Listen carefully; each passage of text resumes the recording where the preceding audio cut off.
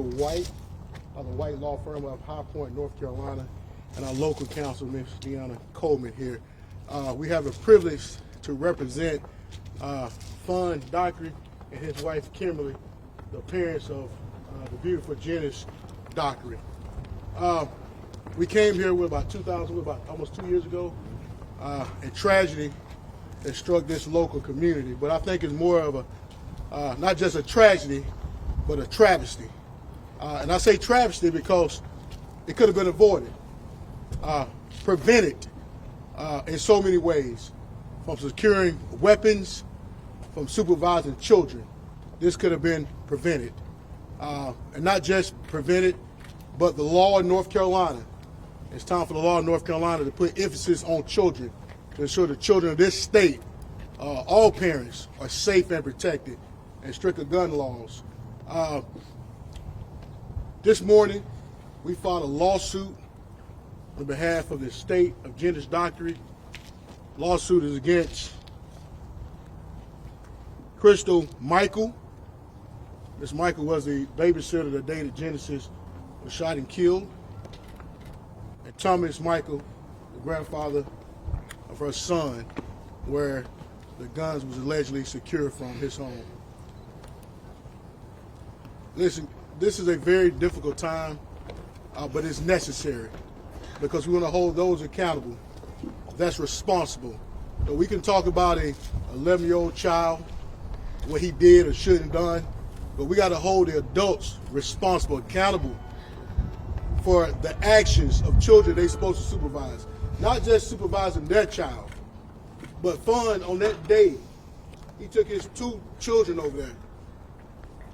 And the last call that he ever thought he would receive is a call that he received. And this family had been ripped apart. But we want to, not just in the face of this tragedy, this travesty, this family is dedicated to help other families. Not just the children who have been victims of gun violence. And this lawsuit talks about, as recent as what, 2 weeks ago, a 1-year-old shot and killed by a 3-year-old. It continues to happen every single day. And we ask for transparency and accountability. And this is what this lawsuit brings. And I hope that this lawsuit garners other people that follow suit in order to bring those responsible to justice. With that being said, I'm going to give you more. We can talk about more about the suit coming up, but I want to bring up Ms. White. She can say some words. She has some words on this matter. And Fun is going to come up and talk. Then I'm going to come back and talk more about the suit. We'll open up for Q&A. Okay. Like Attorney Daniels stated, this was completely and totally unnecessary. Definitely could have been avoided.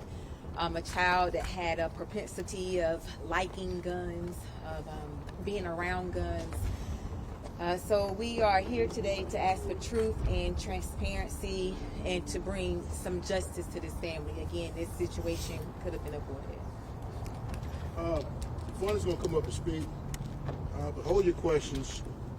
As you know, that's different now. We are in litigation. A lawsuit has been filed in this matter, and I'll give you more particulars about the lawsuit itself. I know y'all want to hear from this family, and we'll give them an opportunity to speak. So, Fun, you want to speak?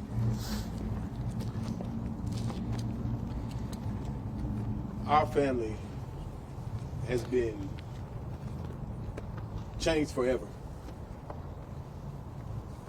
by a tragedy that was very well preventable. Irresponsibility, negligence. We stand here today to own up to our human responsibility, our parental responsibility, to ask for justice and transparency for the life, the light, and the advocacy of Jenesis Dockery.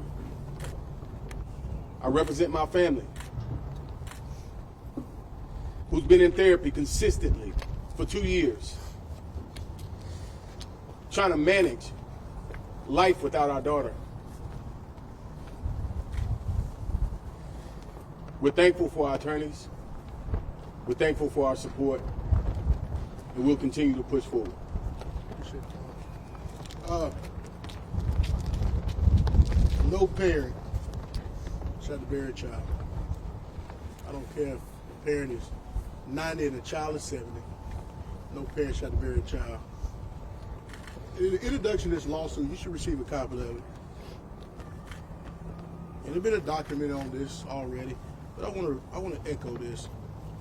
In 2021, children in North Carolina were 50% more likely to die from gun violence than children in the U.S. as a whole.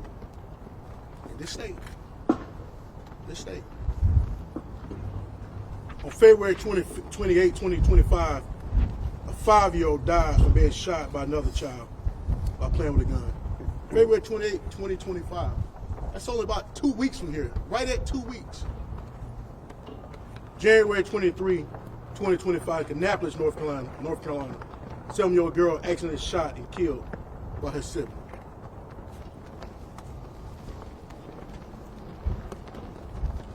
And I think we owe it to these families to keep going. What you think, Ms. White? Correct. On November the 10th, 2024, in High Point, North Carolina, a 1-year-old was shot and killed by a child younger than the age of 10 years old. Y'all see the occurrence here? February 4th, 2024, in Greenville, North Carolina, a 3-year-old accidentally shot and killed himself. January 14th, 2024, in Lenore County, a 3-year-old accidentally shot and killed himself from an unsecured firearm.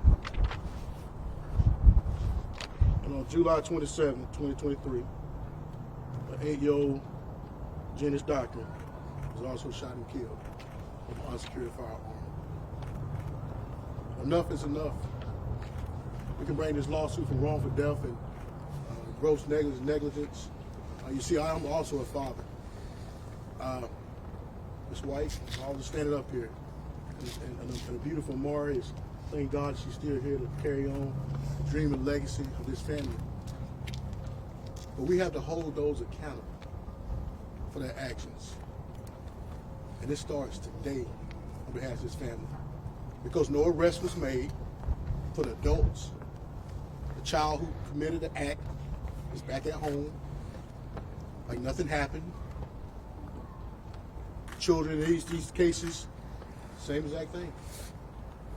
Enough is enough. With that being said, I'm going to open up for Q&A. Be mindful if you answer a question to the Dockeries. I may stop them from answering that question due to the fact we are in litigation. So identify yourself and who you're with. Hey, this is Carly Haynes with WRAL. What needed to happen to bring this lawsuit forward? Why now?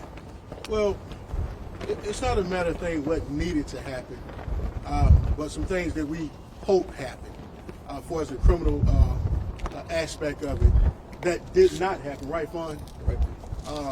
You know, this is not a lawsuit based on that we waited for any particular time. We're just hoping that the criminal justice system would play itself out to the satisfaction of this family, and it did not. So the time is now. Time is now. You know, I know it was rumors of a particular act that her name is on, the Jenesis Dockery, and I don't know what's going to happen with that act. I know that a Baptist preacher in Birmingham, Alabama in 1963 said justice delayed too long is justice denied. I do know that. And I know a lot of children in North Carolina have been dying in the hands of guns, unsecured weapons for a long time. I just gave you the stats. So there's no timing. It's now. We can't wait any longer. So good question. Joseph Pierre with the Fayetteville Observer. Was the child responsible ever charged by juvenile justice? Yes. Do you know what charges he was given? I was involuntary manslaughter, and I think larceny of 2 firearms. Did that child plead guilty, and what did It don't necessarily work like that with juveniles. It's not like in a criminal court as a child pleading guilty. The child may even understand what is happening. So it usually determines if the child is deemed responsible. It's a different standard in juvenile court. what was the outcome of that? Well, the ultimate outcome, he's back at home with his family. But I think he might have spent some time in juvenile custody, and that was it. What charges do you believe Cumberland County should have brought against the family? It's about the people with the mom. Yeah. A lot of charges: child abuse, child neglect, not securing a weapon. You know, I hear rumors about the sheriff office saying about a locker and lock. But if a child who you know has propensity for violence against other children and have a strong interest in guns, because if you look at the complaint, he actually is on social media, TikTok, with a gun beside his head. His face blurred out. So that immediately that should tell the family, hey, you may want to make sure the guns are away from him. Make sure he can't get access to a key or a code. That didn't happen. And if you give me your car, keys to your car, and I take your car, you can tell the police that the car was secured. You gave me the keys, or you left your keys on the table. As simple as that. It's not rocket science. It's not rocket science, but the laws need to be stricter. I wanted to ask about the piece of legislation that's moving through right now. Did family members talk to the legislature? What was your involvement in that, if any? Well, I'm going to refrain from speaking about this legislation that's moving through. I think it's a bill being introduced, the Jenesis Dockery Act. We'll see what happens. I hope that the legislators in the state of North Carolina can put aside their political differences for the sake of children. And we're not asking for a whole lot. We're just asking for stricter gun laws and policies that hold those accountable. I think that will help with the deterrence to ensure that these guns are secure. Nobody's trying to take anybody's guns from them. We're just trying to take the guns from the children so they can't get access to them. Any questions over here? Yes. When you look at the lawsuit that's going to come out with what's the end result that you would love to see as far as punishment and stuff like that, penalties, that kind of thing, for parents that leave unsecured guns? Well, I think that, somebody asked me this question the other day. If you gave a child a car to drive or access to a car to drive and it should not be driving and something happened, you're going to be charged. You're going to be charged. A gun alone itself is not considered dangerous. Something has to happen. And if you enable or get the access is easier, then you're just responsible. You're just responsible. You look at what a 3-year-old accidentally shot themselves. The 3-year-old probably didn't realize what they was even holding. They didn't know what they was holding. Or if they thought it might have been a toy. So somebody got to be responsible for that. And absolutely, the parents or the person who's in charge of that weapon or who in possession of that weapon should be held accountable. And a misdemeanor is not good enough. Brandon Kingaller for NC Newsline. I have a question for the family. What's your question? What will a verdict in this lawsuit mean in terms of bringing you closure and bringing justice? He said, "What a verdict, a successful outcome of this lawsuit."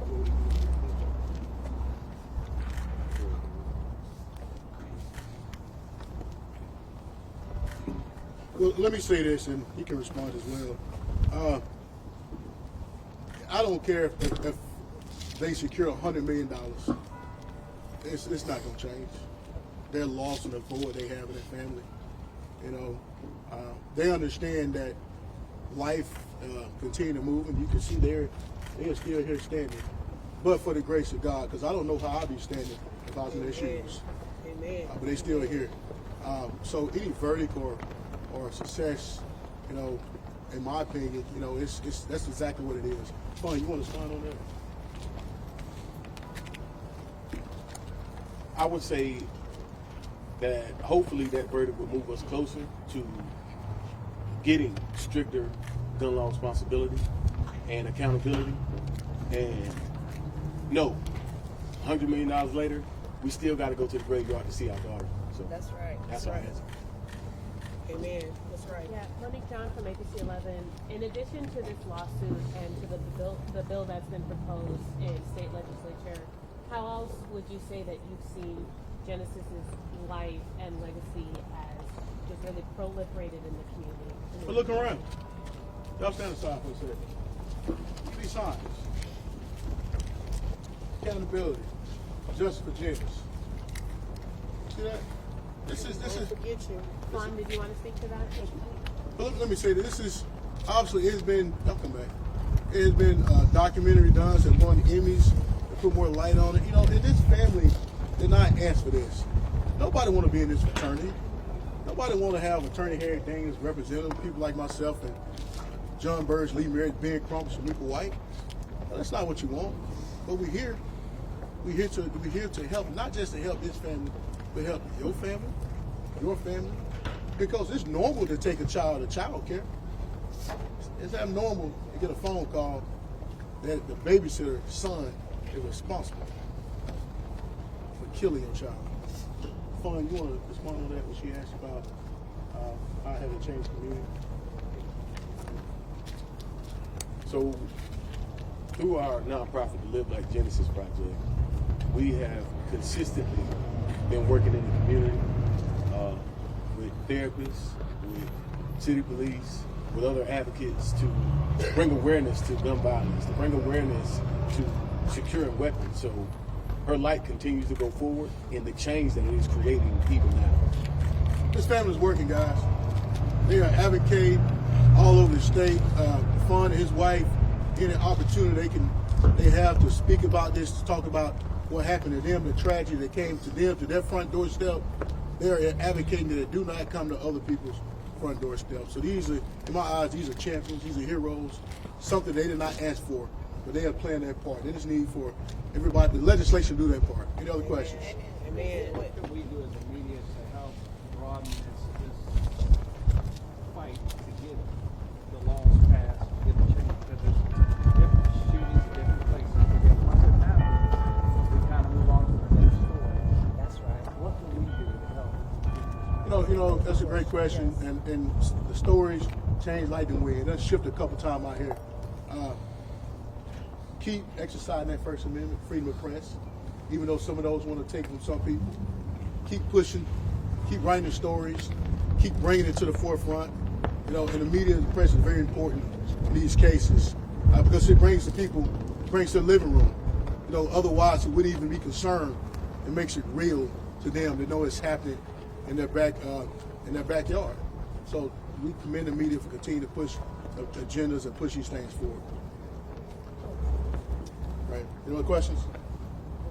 All right. Listen, this lawsuit obviously is early stages of it. We'll keep you updated. Hopefully, this law is taken very seriously by these legislators who have championed this bill, and we want to make sure that they get fair consideration. Not just that, but as this lawsuit progresses, we would definitely keep y'all in the loop. Thank you, guys. We appreciate you being here. Thanks. Y'all say her name. Genesis. Say her name again. Genesis. I appreciate it. Y'all.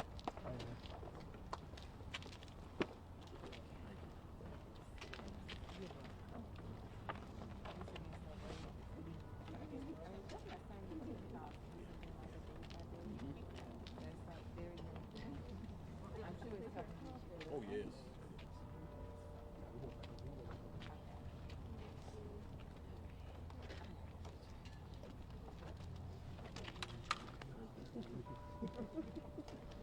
You guys did amazing. You guys did amazing.